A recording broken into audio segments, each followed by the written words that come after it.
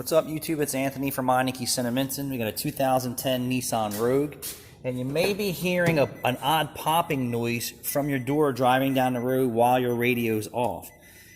And what's going on is the actual door speaker is bad. You may hear it from both sides, and your speakers may be inoperative or not. But if you just bang on the door, you actually hear it pop. If you know anything about electricity, there's a magnet inside here, and I don't know if you can hear that, but it's actually louder in the door. They're rattling. So even with the magnet still attached to the speaker, when this moves around when it shouldn't, it produces voltage and makes this move too.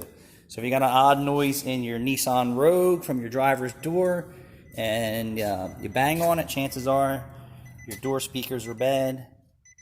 Check it out. Thanks for watching.